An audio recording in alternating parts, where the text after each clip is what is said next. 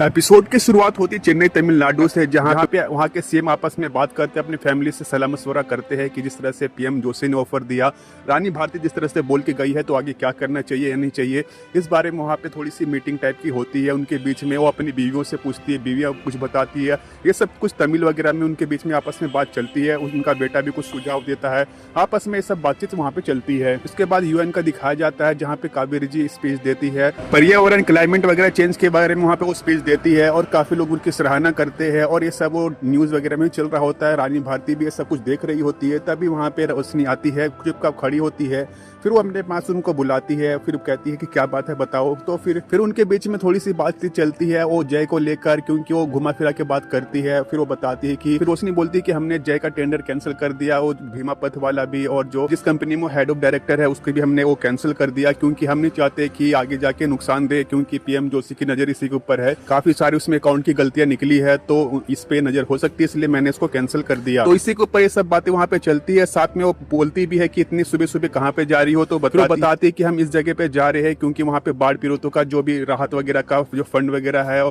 जो लोगों को सब वहाँ पे देखना वोकना है। तो फिर वो बोलती भी है कि जा रही तो ठीक से जाना और डीएम पे बिल्कुल कड़ा रुख रखना, और क्योंकि उन सब चीजों में काफी घोटाला होता है। फिर रानी भारती पुराने दिनों को भी याद करने लग जाती है, किस तरह से उन्होंने भ्रष्टाचार के खिलाफ, करप्शन के खिलाफ आवाज उठाई थी। उसका पति किस तरह से कह रहा था कि वापस वगैरह लेने के लिए, लेकिन वो मना कर देती है। फिर वो अपनी बेटी को बोलती है कि भ्रष्टाचार के खिलाफ तो मैंने अपने पति के खिलाफ भी लड़ा था, तो तुम घबराओ मत, जो तुम कर रहे हो बिल्कुल सही कर रहे हो, जैसे मैं बात कर लूंगी। उसके बाद देखने को मिलता है कि रानी भारती जय को फोन लगाती है, लेकिन वहाँ का वो कोई नौकर वगैरह रहता है, वो फोन उठाता है, वो कहता है कि जय तो है नहीं यहाँ पे, वो परिक्रमा करने के लिए यूपी गए हैं। उसके बाद वृंदावन का सीन दिखाया जाता है, जहाँ पे वो परिक्रमा करने के लिए जय ड्राइवर के साथ वहाँ पे रहता है और वो काफी मतलब कि रोब में रहता है, लेकिन वहाँ पे बैरिकेटिंग करी हुई होती है।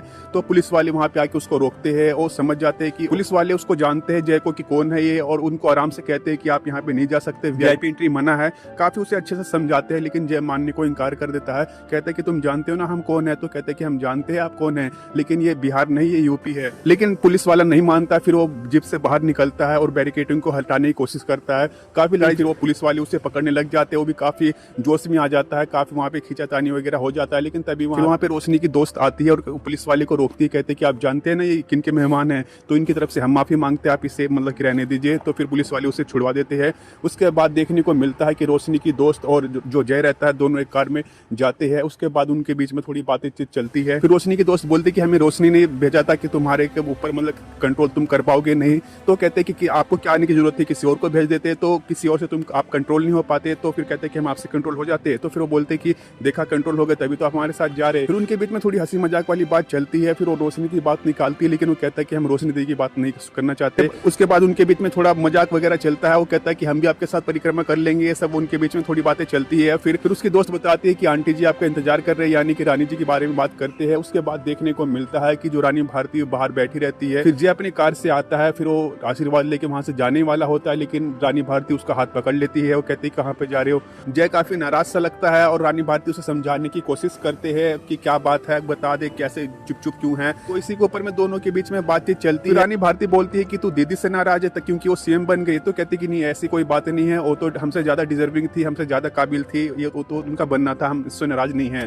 फिर वो बोलती है कि क्या तुम हमसे नाराज हो। खड़ा होता है और कहता है कि हम किसी से नाराज नहीं है। हम तो जय कहता है कि हम साला इससे नाराज है कि हम मंजिला का ही पैदा हुए, यानी कि वो बीच का रहता है, यानी कि पहले मंजिला का मतलब होता है कि वो बीच का रहता है, यानी कि बीच का मतलब ये है कि सबसे पहले उसकी दीदी पैदा होती है, यानी सबसे बड़ी हो गई दीदी। उसके बाद जय पैदा होता है, यानी कि वो बीच का रह जाता है। फिर उसके बाद होता है सूर्य, उसका छोटा भाई, तो यही होता है मंजिला। तो कहता है कि साला हम मंजिला क्यों पैदा हुए। उसके बाद जय बोलता है कि या तो घर में सबसे बड़े वाले को लाड प्यार मिलता है या सबसे छोटे वाले को, और बीच वाला मंजिला सिर्फ मंजिला ही रह जाता है। जय कहता है लेकिन पापा ने हमें कभी मंजिला नहीं समझा, हमेशा हमें प्यार करते रहे, लेकिन अब तो वो रहे नहीं। फिर रानी भारती बोलती किस तरह से हम जेल गए, जेल के बाद हम तुमसे छूटे, और जेल में भी हम तुमसे मिलने के लिए काफी उत्सुक रहते थे। हम बार बार फोन करते थे, लेकिन तुम फोन उठाते थे, कुछ बोलते नहीं थे।